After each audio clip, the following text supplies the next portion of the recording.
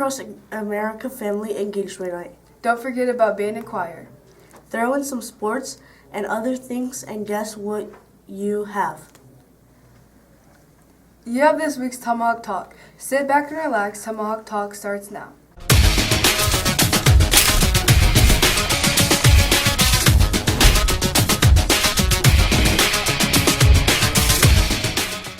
Hey CMS, it's that time again. Time for news and notes for the Tomahawk Talk. I'm Jimena Carrillo. And I'm Kyra Johnson. You know, Braves, we're getting ready to kick off a special event here at the school. This event begins on the birthday of the beloved author Dr. Seuss. The entire month of March, in fact, is dedicated to reading. We are talking about Read Across America. It's the largest national reading celebration held on March 2nd. Throughout the year to encourage children to read, it was launched in 1998. We sent Oscar Vallis out to find out more information.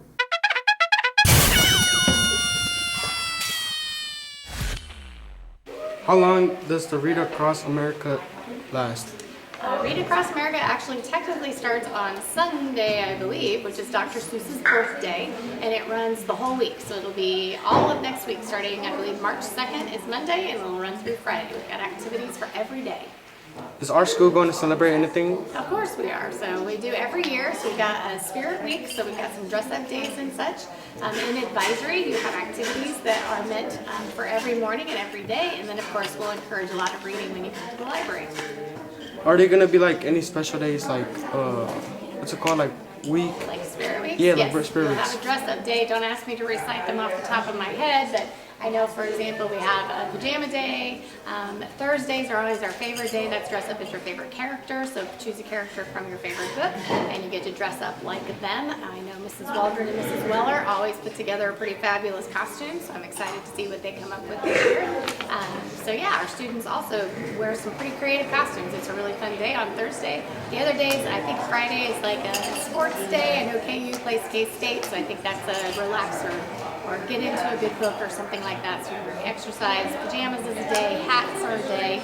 Monday, I believe, is stripes because of Dr. Seuss's hat. Thanks, Oscar, for bringing us that story. Students, don't forget to let your parents know about the district's policy on sickness. If your student is sick, they must be fever-free for 24 hours without the aid of medications to return to school. We are having a substantial amount of flu strep cases in order to keep things from spreading. Please keep your children home if they are sick, and especially if they have a fever, including vomiting, diarrhea, coughing excessively. Okay, CMS, we need to get you caught up on the parent-teacher conferences are coming up in a few weeks. Don't you mean Family Engagement Night? Believe it or not, it's the same thing. It takes place on March 12th. Whoa! Right before spring break, we sent one of our reporters to find out information on what that night will look like. We will be having parent-teacher conferences on Thursday and Friday of March 12th and 13th. And what it's going to look like this year is a little bit different. We will go to school all day on Thursday, the 12th, and then at 3:30 to 7:30 we'll have our parent-teacher conferences. With that, we're going to have some engagement activities that students have prepared with their teachers that will be out in the hallway. And so parents can see what's up with their students learning during the day. We're going to have some informational tables out in front of the office, a couple about the harmful effects of energy drinks on students ages 11 to 14, and we're going to also talk a little bit more about keep clean for Coop, which is the one pill that kills. The SROs have been helping me get some information together, and then also the lady who comes in and presents about her son who passed away for one pill that he took thinking it was something else, and it was fentanyl, and he died. So she's bringing us some information. We're working on having some financial literacy here for students and parents to know how to start investing now to help with the future. And lastly, we're going to try to have some stuff out there about driver's ed, and also like when you turn 14, the different steps you have to take in order to get your license. So we're going to try to just have information like that, and that's what I'm doing. I know that some of the teachers have activities during their class time and making like claymations, and esports is going to have some stuff out, and Miss Moni. So a variety of different classes will have items out that the students have been working on this semester. And then on Friday, it's going to be a little bit different as well. We'll have on Friday the 13th, it'll be from 8 to 11:30 in the morning, and then the rest of the afternoon, the staff will not be here. Okay, Braves, let's take a quick break, and when we return, Stephen will bring us up to date on the weather. Got talent? There's going to be a CMS talent show April 21st to April 22nd. See you there. I'll be here to hear what's on your mind. Take this time to talk and get it right. You know I'll be there all your life. When you need me, I'll be by your side. Little everyday conversations about the dangers of underage drinking can make a big difference in a child's life. Talk, they hear you.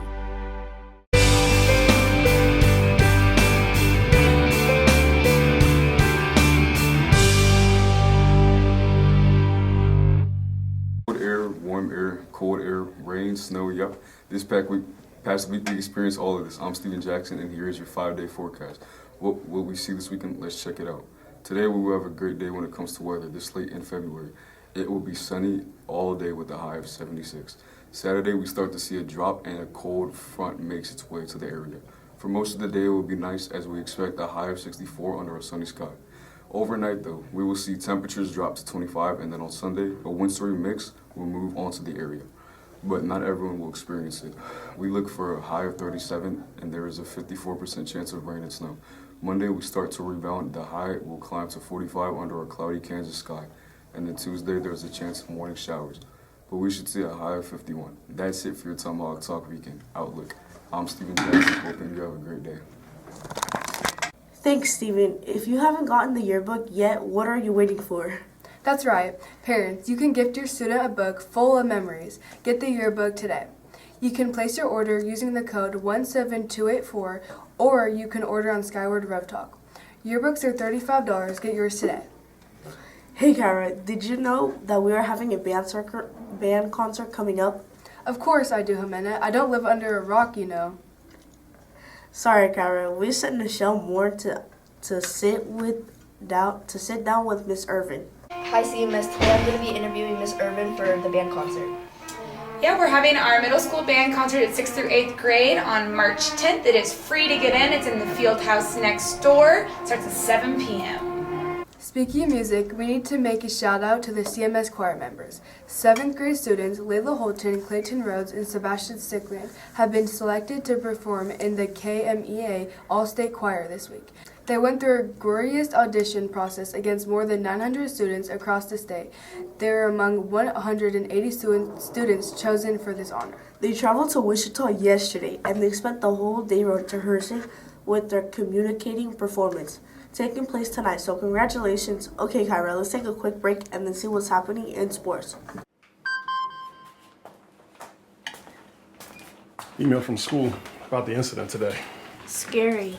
You know, teachers like me, parents, we don't always know as much as you guys do about what's going on with other kids. Half the time, it's rumors. Yeah, but if you're ever concerned about a friend who's having trouble with alcohol, prescription drugs, anything, you need to tell an adult, someone you know and trust. That can be hard, but speaking up about a problem is what helping a friend is all about.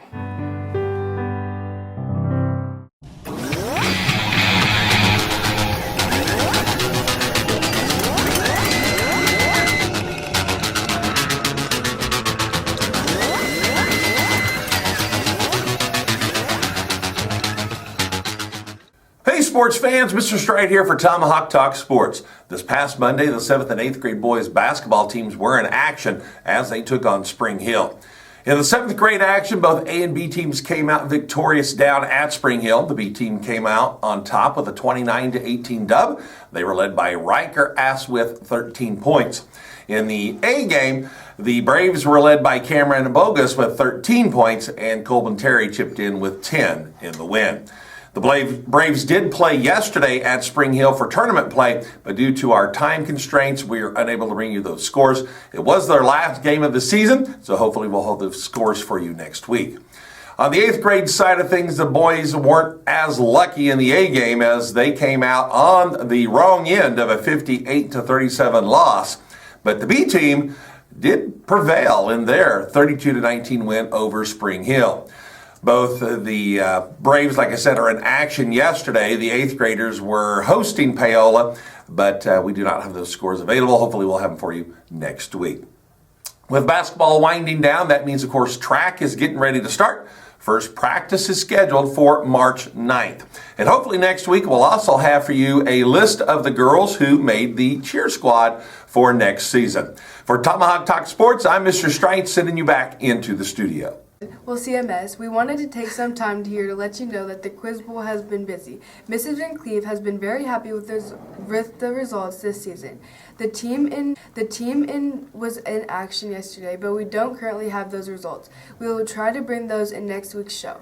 Well, Jimena, that will do it for this week. I'm Kyra Johnson. Thanks for joining us. I'm Vanessa Carrillo, and join us next week, and we'll bring you Tomahawk Talk. Have a great weekend.